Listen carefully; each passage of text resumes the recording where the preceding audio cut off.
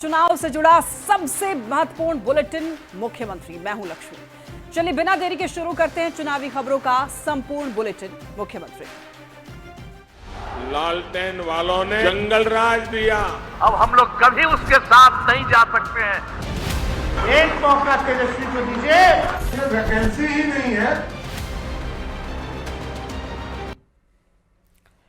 तो इस बुलेटिन की शुरुआत सबसे बड़ी चुनावी खबर के साथ करेंगे। बिहार में मतदाता सूची गहन पुनरीक्षण का पहला ड्राफ्ट जारी कर दिया गया है। सभी रजिस्टर्ड राजनीतिक दलों को इसकी एक कॉपी भी मुहैया करा दी गई है और साथ ही आम जनता के लिए भी इसे निर्वाचन आयोग की वेबसाइट पर अपलोड कर दिया गया है। आयोग ने 1 महीने का समय शिकायत और आपत्ति दर्ज कराने के लिए दिया है। तो अगर किसी को ये लगता है कि इसमें कुछ गड़बड़ी है या फिर किसी का नाम छूट गया है तो वो अपनी आपत्ति दर्ज करा सकता है। ये कोई व्यक्ति भी हो सकता है या फिर कोई राजनीतिक दल भी हो सकता है। अगर सुधार की जरूरत हुई तो सुधार भी इसमें किया जाएगा। तो देखिए, सभी दलों को ड्राफ्ट लिस्ट दे दी गई है। इलेक्शन कमीशन की वेबसाइट पर लिस्ट को अपलोड भी कर दिया गया है और अब समय शुरू होता है आपत्ति दर्ज करने का। कुछ गड़बड़ी है तो आप उसकी भी शिकायत दर्ज करा सकते हैं। बिहार में मतदाता पुनरीक्षण का पहला चरण पूरा होने के बाद जो आंकड़े सामने आए थे उस पर एक नजर आइए हम लोग डालते हैं। देखिए, 7.24 करोड़ मतदाताओं का गणना फॉर्म जमा हुआ और आपको ये बता दें कि 2.83% यानी कि 22 लाख मतदाता इसमें मृत पाए गए और वहीं 4.59% मतदाता यानी कि 36 लाख स्थायी तौर पर स्थानांतरित या फिर नहीं मिले। वहीं 0.89% यानी 7 लाख मतदाता का नाम एक से अधिक जगहों पर दर्ज है। ड्राफ्ट सूची से बिना नोटिस और आदेश के किसी भी मतदाता का नाम देखिए नहीं कटेगा। और इस बीच पटना से एक बड़ी खबर आ रही है। एसआईआर पर निर्वाचन आयोग की बैठक खत्म हुई। देखिए, राजनीतिक दलों के साथ चल रही बैठक खत्म हो चुकी है। सभी को आंकड़े की जानकारी दे दी गई है। राजनीतिक दलों ने सेंट्रलाइज्ड डेटा की मांग की है। निर्वाचन आयोग को महागठबंधन ने 10 सवालों की सूची सौंपी। मृत और विस्थापित वोटरों के नाम हटाने के प्रमाण मांगे। निर्वाचन आयोग के जवाब से महागठबंधन संतुष्ट नहीं है। सभी जिलों में पार्टी अपने कार्यकर्ताओं से अब जांच कराएगी। तो सभी को आंकड़े दे दी गई है। आंकड़ों के बारे में जानकारी सभी को दे दी गई है, लेकिन महागठबंधन के सवाल नहीं खत्म हो रहे हैं। अब इलेक्शन कमीशन को सवालों के घेरे में ले लिया है महागठबंधन ने। आपको बता दें कि बैठक हो रही थी एसआईआर को लेकर के। निर्वाचन आयोग की बैठक अब खत्म हो चुकी है। राजनीतिक दलों के साथ चल रही थी ये बैठक। सभी को आंकड़े के बारे में जानकारी दी गई है। राजनीतिक दलों ने सेंट्रलाइज्ड डेटा की मांग कर दी है। निर्वाचन आयोग को महागठबंधन ने 10 सवालों की सूची सौंपी। जो उसमें डेटा है मृत लोगों के या फिर विस्थापित लोगों के, उनके नाम हटाने के प्रमाण मांगे जा रहे हैं। महागठबंधन प्रमाण मांग रहा है। निर्वाचन आयोग के जवाब से महागठबंधन संतुष्ट नहीं है। ज्यादा जानकारी देंगे न्यूज 18 संवाददाता रवि एस नारायण हमारे साथ जुड़ रहे हैं। रवि, निर्वाचन आयोग से अब सवाल महागठबंधन कर रहा है कि जो मृत डेटा है मृत लोगों के और जो विस्थापित वोटर्स हैं जो नाम हटाए गए हैं उसके प्रमाण भी अब मांगे जा रहे हैं। हालांकि बैठक में क्या कुछ हुआ है इसकी भी जानकारी दीजिए। अब देखिए, लगभग 45 मिनट जो है वो बैठक चली है। निर्वाचन मुख्य पदाधिकारी जो है उनके साथ तमाम राजनीतिक दलों के जो प्रतिनिधि थे और महागठबंधन के जो तमाम घटक दल हैं उनके तरफ से 10 सवाल सूची है वो निर्वाचन आयोग की सौंपी गई है। और उन सवालों में वही सूची है जो लगातार मांग उठाते रहे। उनका कहना है कि यहाँ पे जो आंकड़े दिए गए लगभग 65 लाख जो लोगों के नाम कटे हैं और उसमें जितने लोगों के नाम जो मृत बताए गए हैं, जो विस्थापित हो गए हैं, इनका कहना है कि आखिर इनका विस्थापन अगर हुआ है तो इसका क्या प्रमाण है। जो निर्वाचन आयोग की तरफ से जानकारी दी गई, इनका कहना है कि उन्होंने कहा है कि जो बीएलओ ने रिपोर्ट दिया है उसके हिसाब से ये पूरी रिपोर्ट बनी है, लेकिन उससे संतुष्ट ये नहीं है कि बीएलओ के द्वारा दी गई जानकारी से ये संतुष्ट नहीं दिखे। इनका कहना है कि ये तमाम जो मांगे हैं उनको रखी गई है कि इसकी जवाब जो है वो निर्वाचन आयोग दे। और सबसे बड़ी बात है कि निर्वाचन आयोग ने यह भी कहा है कि आप तमाम आंकड़े आपके पास पहुंच गए हैं और इसकी जो सत्यता है अपने कार्यकर्ताओं से, तमाम लोगों से आप खुद करें ग्राउंड पर जा करके। और अगर लगता है कि कहीं भी कमी रह गई है या किसी के भी नाम अगर छूट गया है, तो अगला 1 महीने का समय है। आप इसमें फॉर्म 6A जो है वो भर के बिल्कुल 1 महीने का समय अब दिया गया है आपत्ति दर्ज करने के लिए, शिकायत करने के लिए। बहुत धन्यवाद आपका तमाम जानकारियों के लिए रवि। बढ़ते हैं खबरों में आगे। देखिए, मुख्यमंत्री नीतीश कुमार इन दिनों सुबह सवेरे बिहार के लोगों की मॉर्निंग गुड कर दे रहे हैं। खासकर महिलाओं पर मुख्यमंत्री का खास ध्यान है और एक बार फिर नीतीश कुमार ने सुबह सुबह पोस्ट कर रसोइयों और फिर नाइट गार्ड को खुशखबरी दे दी है, जिस पर अब सियासत हालांकि तेज हो चुकी है। के मुख्यमंत्री नीतीश कुमार ने बिहार के सरकारी विद्यालयों में काम कर रहे रसोइयों के लिए बड़ा ऐलान कर दिया है। उनके मानदेय को दोगुना कर दिया है। पहले 1650 रुपए मिलता था और अब 3300 रुपए सभी रसोइयों को जो है वह मानदेय किया गया है, जिससे रसोइयों में काफी उत्साह का माहौल है, क्योंकि काफी समय से ये लोग इंतजार कर रहे थे मुजफ्फरपुर के काटी दामोदरपुर विद्यालय में। और ये तमाम रसोइया है, क्या कहेंगे आप लोग का जो है पैसा, अब सैलरी जो है दुगुना हो गया, 3300 रुपया मिलेगा। धन्यवाद।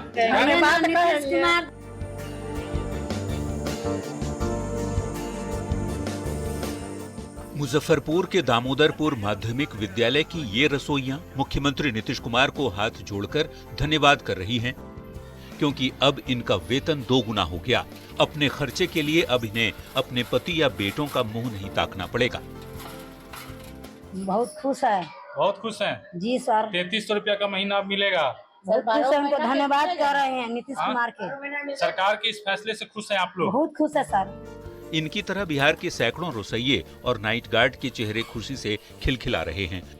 मुख्यमंत्री नीतीश कुमार ने सुबह सुबह एक्स पर पोस्ट किया और बिहार वासियों के लिए कई सौगात का ऐलान कर दिया। रसोइया और रात्रि प्रहरी के मानदेय में वृद्धि। रसोइये का मानदेय 1650 रुपये से बढ़कर अब 3300 रुपये हो गया। रात्रि प्रहरी का मानदेय 5000 से अब 10,000 रुपये हो गया। शारीरिक शिक्षकों और स्वास्थ्य अनुदेशकों का मानदेय 8000 से बढ़कर सीधा 16000 रुपये हो गया, जबकि शिक्षा का बजट भी बढ़कर 77,690 करोड़ रुपये हो गया। सीएम नीतीश की इस घोषणा पर सियासत भी शुरू हो गई है। इस स्वास्थ्य अनुदेशक हो, रात्रि प्रहरी, रसोइया, सबका मानदेय बढ़ाने नीतीश कुमार जी का काम बोलता है। वो कहते नहीं है, करके दिखाते। ये क्या है, 8000 से 16000 कर दिया। एक बार फिर उनके साथ बड़ा धोखा कर दिया है नीतीश कुमार ने। नीतीश कुमार धोखेबाज हैं, ये वो सैकड़ों बार प्रमाणित कर चुके हैं। और शारीरिक शिक्षक और स्वास्थ्य अनुदेशकों को फिर एक बार उन्होंने धोखा दे दिया। शिक्षा के क्षेत्र में सरकार के बढ़ते कदम के कारण इस विभाग का बजट 77,690 करोड़ रुपए का हो गया है। इसमें कोई दो मत नहीं है कि बिहार सुनहरे कल की ओर तेजी से बढ़ रहा है। शिक्षा बजट तो बढ़ा दिए गए, लेकिन शिक्षा के क्षेत्र में, चिकित्सा के क्षेत्र में बिहार फिसड्डी राज है। ये भारत सरकार के नीति आयोग की रिपोर्ट से ही स्पष्ट होता है। चुनाव नजदीक है तो सरकार की इन घोषणाओं पर सियासत होना लाजमी है, पर देखना ये होगा कि जनता पर इन फैसलों का असर किस हद तक होता है। पटना से संवाददाता रजनीश कुमार और मुजफ्फरपुर से प्रियांक सौरभ के साथ ब्यूरो रिपोर्ट, न्यूज़ 18। चलिए अब मुख्यमंत्री में बात करेंगे लालू प्रसाद के बड़े लाल तेज प्रताप यादव की, जो इन दिनों नए तेवर में नजर आ रहे हैं। तेज प्रताप यादव ने वैशाली के महुआ में जनसभा की, जहां से वो चुनाव लड़ने का भी दावा कर रहे हैं। इस जनसभा से उन्होंने आरजेडी नेताओं के साथ साथ तेजस्वी यादव को लेकर के भी बड़ा बयान दे दिया है, जिस पर अब सियासत गर्म है।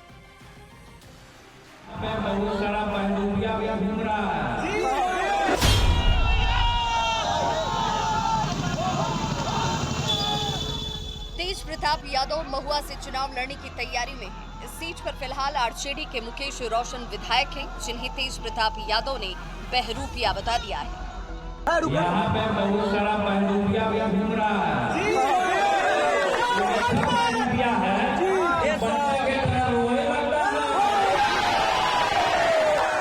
बच्चा की तरह रोए लगता है, तो आप लोग अभी वो रोए बहरूपिया, तो उस बहरूपिया को झूमना दे दीजिए, ले झूमना मत। तेज प्रताप को लालू प्रसाद ने पार्टी और परिवार से निष्कासित कर दिया है। बावजूद इसके तेज प्रताप यादव खुद को लालू का खून बताकर जनता से जिताने की अपील कर रहे हैं। आप देख लीजिए सामाजिक न्याय का मेरे रंग में किसका खून है, लालू यादव। तो आप समझिए कि अगर हमको जिताते हैं तो लालू यादव को जिताने का काम करेंगे। इतना ही नहीं, उन्होंने अपने भाई तेजस्वी यादव को भी एक बड़ी चुनौती दे डाली है। देखिए, अर्जुन अर्जुन का क्या रिश्ता है, नहीं रिश्ता है, बताने का जरूरत नहीं है। तेजस्वी को अगर अर्जुन हमने माना था तो अर्जुन माना था। अगर तेजस्वी बोल रहा है कि हम अर्जुन है तो तेजस्वी को मुरली बजा के दिखाए, तेजस्वी तो मान जाके हम अर्जुन है, कृष्ण है।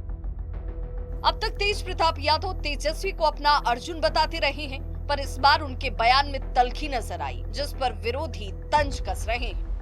देखिए, चारा चोरी, अलकतरा चोरी और जमीन घोटाले की लेगेसी, विरासत लेकर के तेजस्वी यादव, तेज प्रताप यादव दोनों ही आपस में प्रतिस्पर्धा में लगे हैं कि कौन राष्ट्रीय जनता दल का युवराज बनेगा, कौन घोटालेबाजों का सरगना बनेगा, किसको बिहार के लोगों को लूटने के लिए ज्यादा मौके प्राप्त होंगे। ये तो पूरा बिहार और समाज देख रहा है कि आपने किस तरह से अपने भाई के साथ तक न्याय नहीं किया है, तो बिहार की जनता के साथ आप क्या न्याय करेंगे। वहीं कांग्रेस तेज प्रताप को सब्र और संयम की नसीहत दे रही है। तेज प्रताप जी ने कुछ बयान ऐसा दिया है तो वो आरजेडी का अंदरूनी मैटर है। आरजेडी उन चीज़ों को देख रही है और मुझे तो लगता है और ऐसी अपेक्षा भी है कि तेज प्रताप जी थोड़ा संयम बरतेंगे। आरजेडी तेज प्रताप के मामले पर कुछ भी बोलने से परहेज कर रही है, पर तेज प्रताप यादव जहां भी जा रही खुलकर बोल रही है। अब तक उनकी पहचान लालू प्रसाद के बेटे के रूप में रही है। इसी बूते वो कई चुनाव भी जीत चुके और अब पार्टी और परिवार से निकलने के बाद वो लालू प्रसाद के नाम पर ही वोट मांग रहे हैं। जनता इस पारिवारिक और पॉलिटिकल ड्रामे को बड़े गौर से देख रही है। फैसला किसके हक में आता है, ये तो आने वाले वक्त में ही पता चलेगा। मुजफ्फरपुर से संवाददाता प्रियांक सौरभ और पटना से रजनीश कुमार के साथ ब्यूरो रिपोर्ट, न्यूज़ 18। चलिए आगे बढ़ते हुए अब आपको सुनाते हैं बयान बवाली, यानी ऐसा बयान जिस पर बवाल मच गया। लोकसभा में नेता प्रतिपक्ष राहुल गांधी ने निर्वाचन आयोग पर एटम बम फोड़ने की बात कही, जिसे बीजेपी आतंकियों और यहां पर आतंकियों वाली मानसिकता इसे बता रही है और इस बयान पर अब बवाल मच गया है। वो एटम बम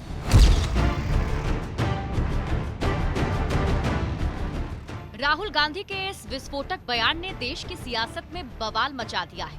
बिहार में जारी एसआईआर को लेकर कांग्रेस लगातार निर्वाचन आयोग पर हमलावर है।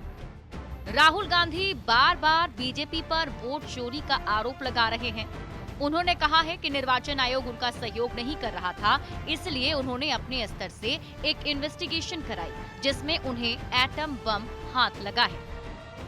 इलेक्शन कमीशन तो मदद नहीं कर रहा है, तो थोड़ी ग्रैन्युलैरिटी में जाना है, गहराई में जाना है, तो हमने अपना ही इन्वेस्टिगेशन करवाया।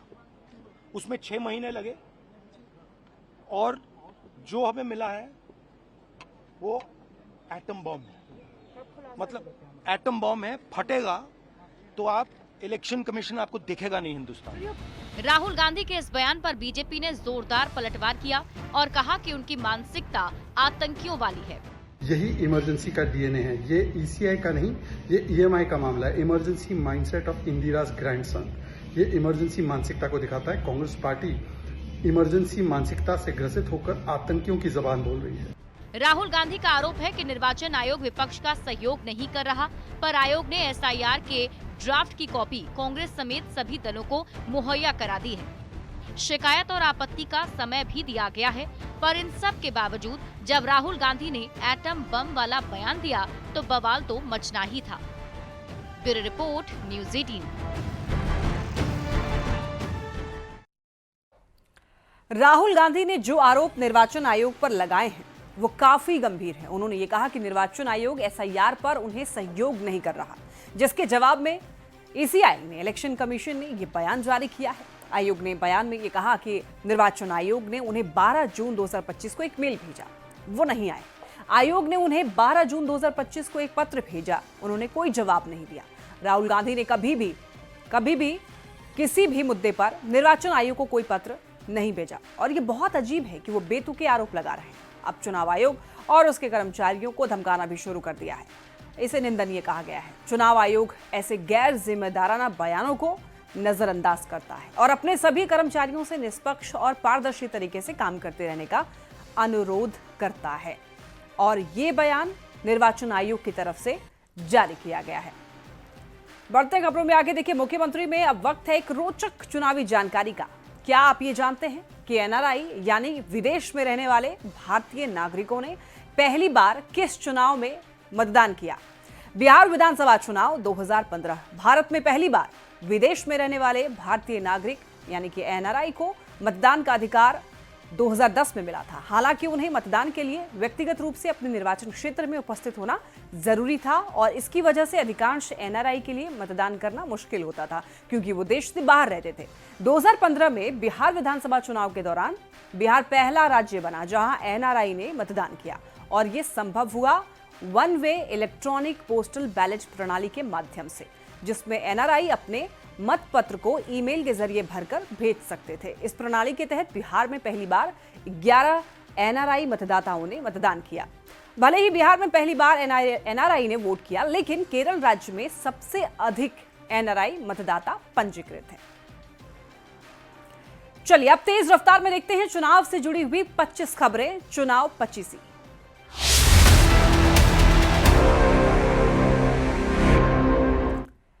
नीतीश सरकार का बड़ा फैसला, शिक्षा विभाग का बजट बढ़कर 77,690 करोड़ हुआ। रसोइया, नाइट गार्ड और शारीरिक शिक्षकों का मानदेय दोगुना हुआ। शिक्षक नेता आनंद कौशल सिंह ने सरकार को दिया धन्यवाद। कहा, फिजिकल टीचर, रसोइया और नाइट गार्ड को मिली संजीवनी।